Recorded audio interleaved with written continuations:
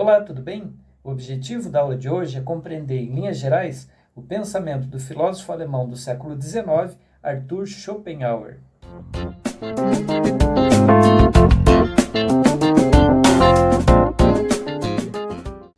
O primeiro ponto para entender a crítica de Schopenhauer e a forma como ele compreendeu a nossa existência, se é que há um sentido nessa existência, inclusive, foi criticando que os outros pensadores que lhe eram contemporâneos se ausentaram de pensar na condição humana, que foi entender o ser humano só pela perspectiva racional, mas ignorar, por exemplo, os seus instintos e os seus afetos, e sobretudo aquilo que o filósofo chamou de vontade. Vale aqui uma ressalva sobre o que ele compreende a respeito da vontade. Para Schopenhauer, basicamente existe uma vontade universal. O que seria essa vontade universal? É uma espécie de um movimento que está presente em toda a natureza, em todas as formas de vida, que de algum modo zelam pela sua manutenção. É aquilo que nos animais se manifesta como instinto de preservação, mas no restante da natureza subsiste na medida em que a natureza busca a sua sobrevivência. Então, vou dar como exemplo, observa aí, é um exemplo bem simples, de uma planta aqui de casa, inclusive, e mostrando simplesmente o fato de que quando eu coloquei essa planta próximo à janela, a sua vontade, entendo aqui que vontade não tem nada a ver com consciência, tem a ver com esse movimento de manutenção de vida, de preservação da vida, fez com que ela crescesse voltada, por exemplo, para a luz da janela. Esse voltar-se é exatamente algo que Schopenhauer vai nominar como vontade, mas que está relacionado a essa manutenção biológica de, sobretudo, fazer com que a vida se mantenha, né? Então, se há esse desejo inconsciente, porque a consciência aqui é só um elemento humano, né? Por exemplo, mas esse desejo de se manter vivo, isso para Schopenhauer, essa vontade seria a essência de todas as coisas, esse movimento de vida, essa pulsão de vida. Entretanto, nos seres humanos há o que ele chama de vontade individual. É como se a manifestação dessa vontade universal, ou seja, esse impulso e esse desejo irracional de manter-se vivo, em nós, ele se individualiza na medida em que temos razão para, por meio da nossa racionalidade, de algum modo tentar aprender esse desejo, esse impulso. Inclusive, Schopenhauer vai se valer aqui de uma metáfora, dividindo-nos em duas condições. De um lado, há em nós, então, uma espécie de gigante. Esse gigante, na metáfora de Schopenhauer, é cego e que caminha, basicamente, um caminho que já lhe é conferido pela própria natureza. A ideia da cegueira aqui, claro, tem um aspecto simbólico no sentido de não enxergar aquilo que está fazendo, porque nessa situação, nesse contexto bem específico, a gente está falando de um corpo biológico. Esse corpo biológico que tem também dentro de si essa vontade universal, ou seja, esse desejo de se manter vivo. No entanto, nós temos sobre os ombros desse gigante cego um segundo sujeito aí dessa metáfora, né, dessa compreensão simbólica de quem somos, que seria um pequenininho ali, né? Então, um humano, né, digamos assim, pequeno aos ombros desse gigante, que de algum modo se ilude achando que está no controle desse gigante, né? E na verdade esse gigante está simplesmente seguindo o seu caminho. O que seria esse pequeno ali sobre os seus ombros? A nossa racionalidade que de algum modo tenta controlar esse gigante que é em nós, que é o nosso aspecto biológico, que é essa vontade universal, mas que se frustra. E é justamente mediante essa incompatibilidade desse pequeno que é em nós, dessa pontinha de um iceberg que existe dentro de nós, que é a nossa consciência e a nossa razão, que vai individualizar essa vontade, ou seja, racionalizando-a de seu modo, é que vai gerar sofrimento. Porque nós somos uma espécie que tem consciência de sua finitude. É como se esse pequenininho aos ombros do gigante, de algum modo, percebesse que ele está caminhando para a morte. E diante deste caminhar, este pequeno tenta se enganar a todo momento que essa vida tem sentido e que ela está no controle de todos os acontecimentos. Isso gera para Schopenhauer uma marca desse pequeno, ou seja, uma marca desta vontade individual em nós, de nossa razão, que é a insatisfação, que é o sofrimento. Somos marcados pela angústia. Para Schopenhauer, essa marca da angústia, essa marca dessa inquietação que existe em nós é o que gera sofrimento, e é basicamente contra esse sofrimento que a gente vai buscar mascarar a nossa realidade a todo momento, buscando no consumismo, nas coisas, nos outros, aquilo que nos falta. Nos falta por um motivo muito evidente. A gente não tem controle sobre aquilo que a gente queria ter, e é essa frustração, eu me refiro, claro, aqui à morte, e é essa frustração que para Schopenhauer movimenta toda essa infelicidade. Por isso, por alguns, né, ele ficou conhecido como um filósofo do pessimismo, porque para ele a grande marca da nossa existência é a insatisfação e a infelicidade. A gente não tem, para Schopenhauer, grandes motivos para ser tão feliz assim. Basicamente porque a gente tem momentos de felicidade que, no fundo, são ilusões, inclusive momentâneas, que servem simplesmente como uma fuga psicológica para a gente tentar acreditar que tudo isso vale a pena, num aspecto que, em último estágio, em última condição, né, não tem sentido algum. Né? É um conjunto de acontecimentos, e se há de um lado essa pulsão em nós, né, de vida, por exemplo, de uma vontade universal, há uma consciência de que ela tem a sua finitude. De um ponto de vista biológico, muito maior do que só a nossa consciência, a gente pode até conjecturar o fato de que esse movimento permanece, inclusive depois da morte, porque o nosso corpo continua no seu processo de decomposição, gerando outras formas de vida. Né? Então é como se o movimento da natureza continuasse, a vontade aqui universal se mantém. Mas a razão não admite. E daí, por isso, algumas fugas na perspectiva filosófica de Schopenhauer de criar uma ideia de vida eterna, de criar pela religiosidade uma sublimação e um certo controle, inclusive, dessa morte. Isso não passaria desse conjunto de insatisfações. Para Schopenhauer, uma das marcas, inclusive, dessa angústia que marca a nossa existência, naquela sensação de que sempre nos falta algo, é que, na medida em que a gente consegue realizar algum desejo que a gente tinha, por exemplo, um projeto que a gente tinha, a gente automaticamente é marcado pelo tédio depois desse projeto ter sido alcançado, e depois do tédio, a insatisfação. E aí nasce mais um desejo, e aí assim por diante. Isso, lá no século XIX, na Alemanha, já era presente. Imagina numa sociedade consumista, numa sociedade líquida como a nossa, onde tudo é tão rápido, né, e se desfaz a todo momento. Então, o desejo de comprar determinado objeto, na medida em que ele é alcançado, ele se torna tédio e surge um outro objeto no lugar. Aqui a gente está falando uma perspectiva material, mas claro que isso serve também no sentido de um projeto de vida, de uma intenção a respeito de algo. Para Schopenhauer, é uma espécie de luta que a gente começa a lutar quando começa a ter consciência sobre a nossa finitude, mas que a gente vai perder. Então é uma luta fadada ao fracasso, porque a morte vai ser igual, indiferente de qual projeto ou do que a gente queira preencher no lugar. Vale lembrar que para Schopenhauer esse gigante continuará seguindo o seu caminho, indiferente das ordens do pequeno aos seus ombros. Afinal, esse pequeno só se ilude que está no controle, mas em última instância ele só está no âmbito da ilusão. Por isso, Schopenhauer chama essa nossa perspectiva, né, de observar o mundo, de significar o mundo como representação. A ideia de representação é porque é um modo racional, a partir da nossa vontade individual, de como apreendemos a realidade e atribuímos a ela significado. É também representação aquilo que a gente projeta sobre nós mesmos. Nasci para ser feliz, nasci para tal propósito. Na verdade, são subterfúgios de um corpo que continua indiferente a esses projetos, a todos esses propósitos, e caminha a todo momento para a morte.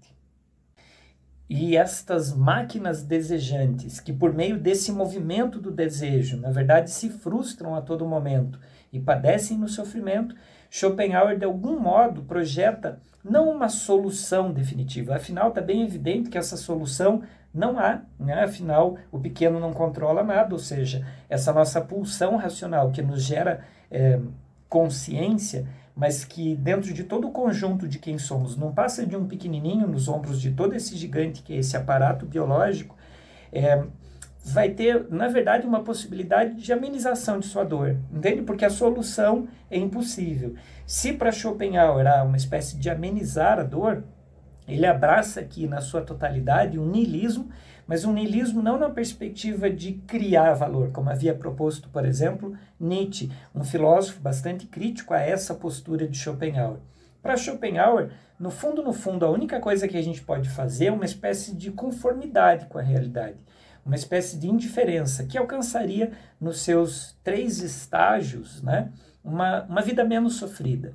Não que isso vá fazer tanta diferença, assim, de novo, para esse gigante, afinal, o gigante simplesmente caminha o seu caminho, e quando eu falo gigante aqui, vale lembrar, é a ideia desse corpo que envelhece e padece até a morte, indiferente de projetos que eu crie, mas que, de algum modo, pelo menos eu posso acalmar esse pequeno, entendendo que a minha razão não tem controle sobre os objetos dos quais ela representa e que também tudo isso não passa de representação. Afinal, é essa nossa consciência que nos gera todo esse sofrimento. Marca que alguns outros animais, por não terem consciência, não têm e simplesmente são movidos por essa vontade universal.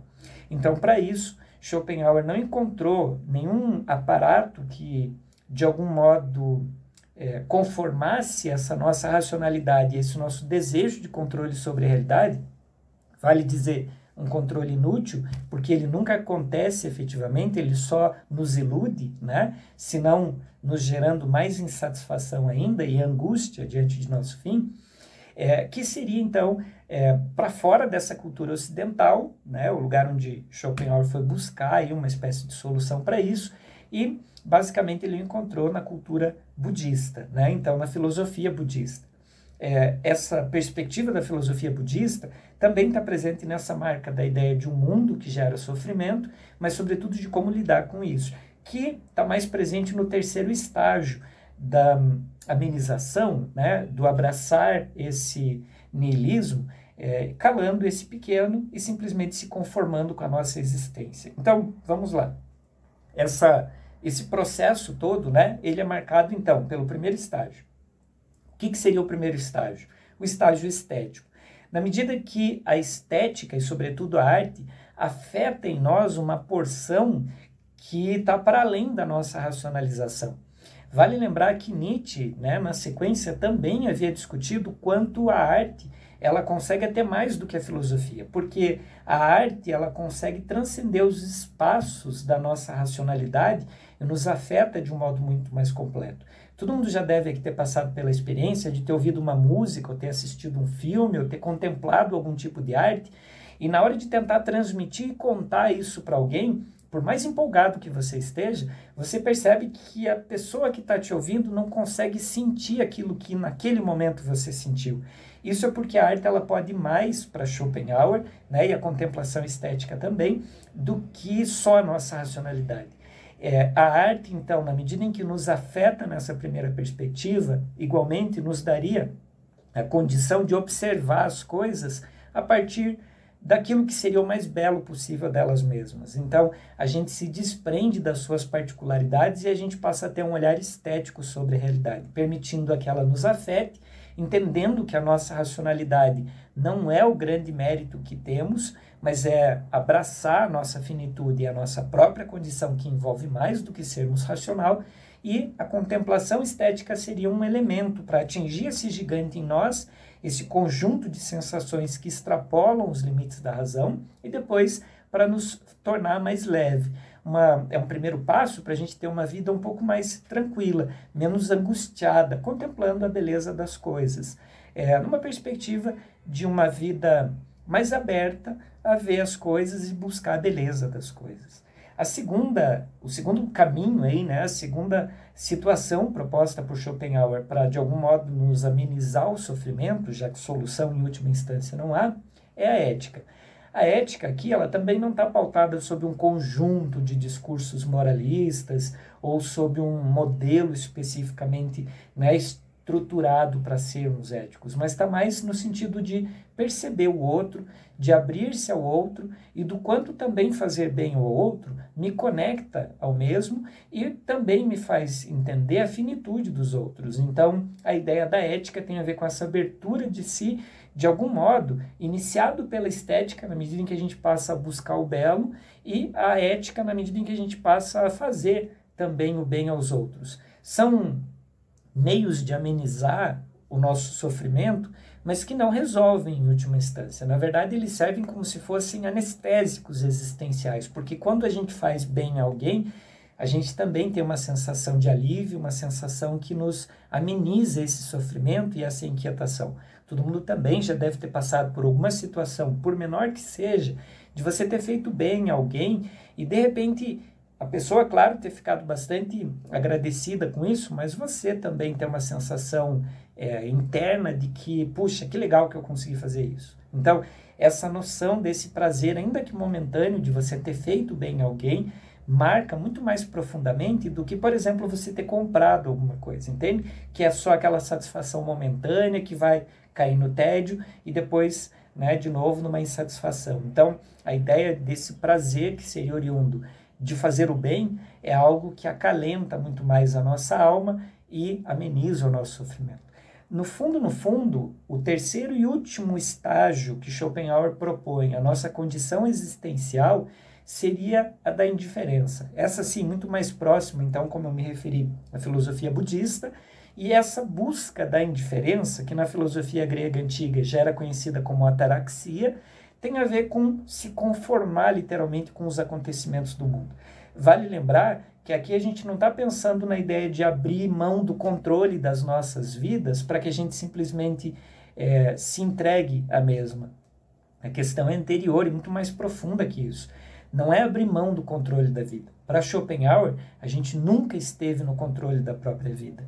Então, na verdade, essa indiferença é a compreensão dos limites que o nosso pequeno tem nos ombros desse gigante, de que ele nunca controlou, de fato, os acontecimentos que nos sucederam.